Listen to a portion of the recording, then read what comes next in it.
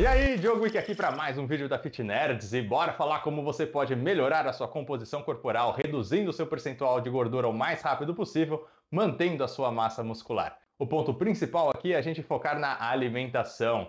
E já fazendo uma ressalva, para você ter uma abordagem mais eficiente para o seu caso, eu recomendo que você se consulte com um nutricionista para que ele consiga montar um planejamento bem estruturado para o seu caso particular, beleza? Aqui vai ser mais dicas gerais aí que talvez ajude você que está meio perdido aí em como conseguir começar isso e pelo menos ter resultados satisfatórios. Voltando então para a alimentação. O que você precisa entender? O nosso corpo armazena as calorias, que é a energia, na forma de gordura. Essa é a forma mais eficiente que o nosso corpo tem para conseguir estocar essas calorias.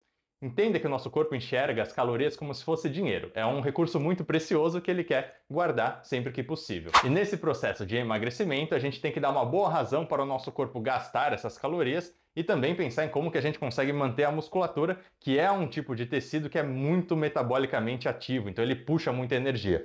Então, nessa situação em que você está buscando reduzir as calorias e tem alguma coisa que gasta muita energia, realmente é aí que está o ponto-chave da gente conseguir estruturar o nosso planejamento para que você não perca peso, mas também perca muita massa muscular junto. Iniciando aqui nesse aspecto de alimentação, uma dica muito importante é você conseguir ingerir alimentos com uma densidade calórica mais baixa, ou seja, são alimentos que ocupam mais espaço, mas que têm uma quantidade de calorias pequena. Como, por exemplo, 100 gramas de brócolis, você vai ter uma quantidade de calorias muito baixa por um alimento que ocupa muito espaço. E quando você ingere esse tipo de alimento, no seu estômago ele acaba dilatando essa parede e aí você já tem uma sensação de saciedade, o que vai ajudar muito você nesse processo de redução de peso, porque você não vai ficar com muita fome e vai reduzir esses cravings, que são essas vontades aí de você comer bastante. Uma redução de calorias que pode ser bem interessante para você começar vai girar em torno aí de 20 a 30%, então você vai reduzir essa quantidade de calorias aí no seu dia. Se você não tem nem ideia do quanto que você queima de calorias por dia, uma conta bem de boteco mesmo que a gente pode fazer é pegar o seu peso em quilos e multiplicar esse valor por 30. Isso vai dar mais ou menos aí o tanto de calorias que você queima no dia, considerando que você tem as suas atividades também. Claro que caso a caso vai precisar de algum ajuste, então se você pegar esse valor e perceber que você não está perdendo peso, talvez seja interessante você reduzir mais isso. E nesse processo, para ter uma eficiência maior, pode sim ser interessante você ter uma ideia mais aproximada do quanto que você está comendo de cada tipo de nutriente. E nisso a gente entra no aspecto dos carboidratos, gorduras e proteínas. O carboidrato é muito importante para você conseguir ter um bom desempenho no treino. Muitas pessoas cometem o erro de cortar totalmente os carboidratos e isso pode fazer com que o seu treino não renda muito e aí você acaba perdendo massa muscular porque você não vai ter uma sinalização muito importante para o seu corpo manter essa musculatura. Então, se você já tem o hábito de ingerir carboidratos e aí você corta de uma vez, isso pode não ser uma estratégia muito interessante. Agora, pessoas que já fazem um uso contínuo de uma dieta cetogênica, por exemplo, não vão ter tanta dificuldade de adaptação assim. E o outro ponto em relação aos carboidratos é o timing de ingestão. Pode ser interessante você concentrar a ingestão de carboidratos tanto antes quanto depois do treino. Antes dele para você ter energia para treinar e depois dele para você repor os estoques de glicogênio que você acabou usando durante a atividade. Aí, no restante do dia, você pode sim reduzir essa quantidade de carboidratos aí que vai ser bem interessante. O segundo ponto em relação às gorduras, você também não deve eliminar totalmente, até porque a gordura é um precursor ali de você conseguir produzir a testosterona e manter uma boa sinalização para preservar sua massa muscular.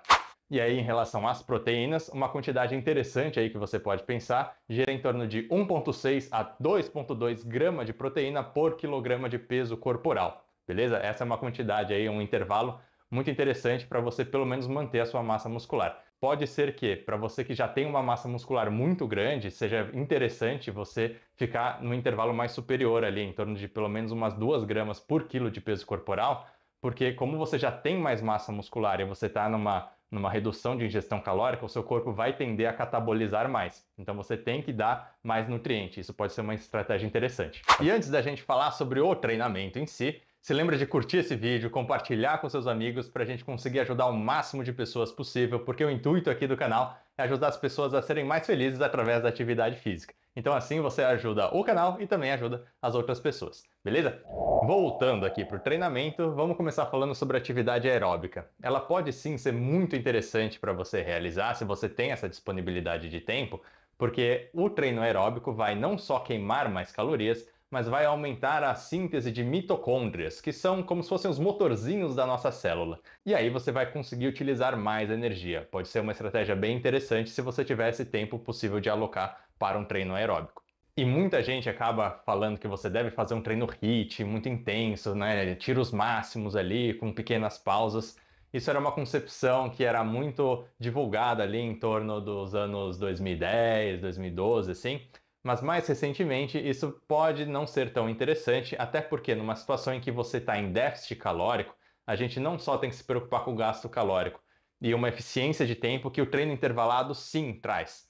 Entretanto, quando a gente está numa ingestão calórica muito menor e faz um treino muito intenso, né, como são esses treinos HIIT, que é High Intensity Interval Training, você pode acabar tendo uma queda no seu sistema imunológico e isso não vai ser interessante para o seu processo de perda de peso. Então, o que pode ser mais interessante é você fazer um treinamento mais contínuo, né, numa faixa mais moderada ali, em torno de 20 a 40 minutinhos, pode ser legal de você fazer num aeróbico. Pensa numa intensidade, se a gente for analisar de 1 a 10, numa escala subjetiva de esforço, que você vai ficar em torno ali de um 6, 7. Você não vai chegar a dar tiros máximos, mas também você não vai estar passeando no shopping, beleza? Falando agora sobre a musculação, como que a gente vai conseguir manter a nossa massa muscular. Agora você já deve ter entendido que o nosso corpo enxerga as calorias como se fosse dinheiro e armazena esse dinheiro na forma de gordura. Agora a gente tem a situação da massa muscular, que é uma estrutura que queima muito dinheiro, nesse caso, que consome muito dinheiro. Quando o nosso corpo percebe que você está ingerindo e trazendo menos dinheiro aqui, e você tem uma estrutura que queima muito dinheiro, se não tem uma boa razão para essa estrutura estar consumindo todo esse dinheiro, que são as calorias, ele vai acabar se desfazendo desse consumo.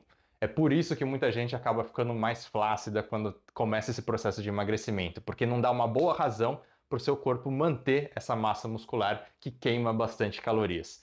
O que é muito importante você fazer então? O seu treino de musculação precisa ser intenso, tá? Intenso no sentido de se aproximar ao limite.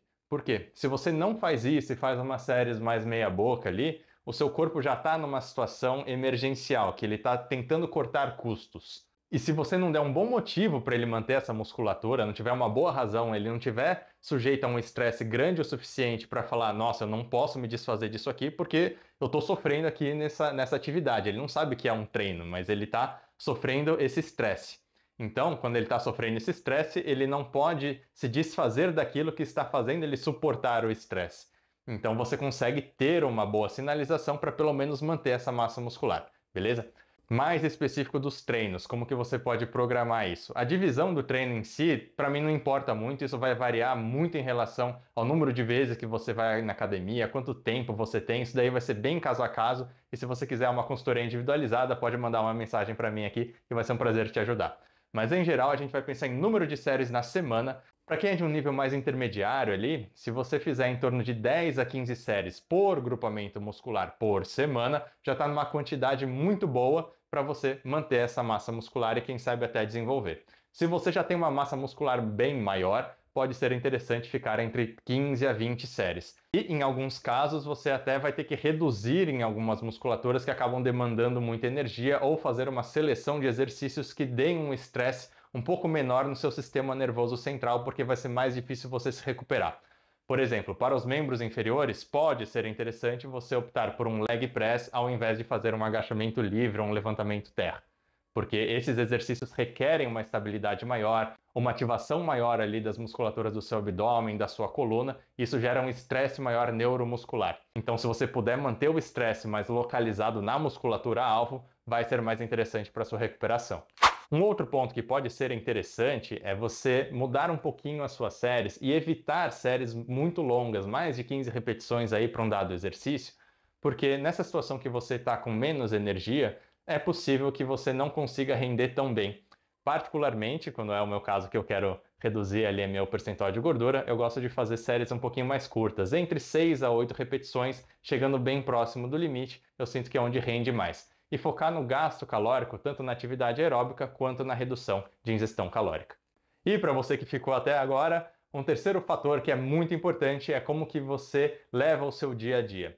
tanto no respeito de sono, que é muito importante você ter em torno aí de 7 a 9 horas de sono por noite com uma boa qualidade, e você ter um dia a dia mais ativo, caminhar mais, em torno de 8 a 10 mil passos por dia, pode ser um range aí bem interessante para você otimizar o seu gasto calórico, beleza? Se você só faz a atividade ali na musculação e passa o resto do dia inteiro sentado, pode não ser muito interessante porque o seu corpo vai acabar adaptando a isso e vai acabar gastando menos calorias. Isso é muito importante você entender. O processo de emagrecimento, em geral, quando você vai fazer uma coisa um pouco mais agressiva, como está sendo a sugestão aqui, você não consegue permanecer nele durante muito tempo e nem é interessante, porque o nosso corpo se adapta muito aos estímulos. E se você fica muito tempo numa restrição calórica, o seu próprio corpo vai se adaptar para gastar menos calorias. E aí o processo de perda de peso acaba ficando muito menos eficiente. É por isso que você vê muitas pessoas, inicialmente nas 2 primeiras semanas, toda animada, né? Nossa, perdi 3 quilos e tal, e acha que essa perda vai ser linear. Só que o corpo acaba se adaptando e o que você gastava antes não é mais o que você gasta agora. Por isso que é muito importante você ter essas estratégias, entender como o nosso corpo funciona, para você não se arrepender e ter os melhores resultados possíveis. Beleza? Se você curtiu esse vídeo, se lembra de comentar aqui o que você achou, deixa alguma sugestão de tópico para eu falar futuramente. Espero que você tenha curtido e aqui ao lado deve estar aparecendo algum outro vídeo para você continuar aprendendo mais sobre treinamento. Embaixo você vai ver alguns links para o meu curso online e também você pode mandar um e-mail se você quiser a minha ajuda individualizada para uma consultoria para você sim ter os melhores resultados aí no seu treinamento. Eu vou ficando por aqui e valeu!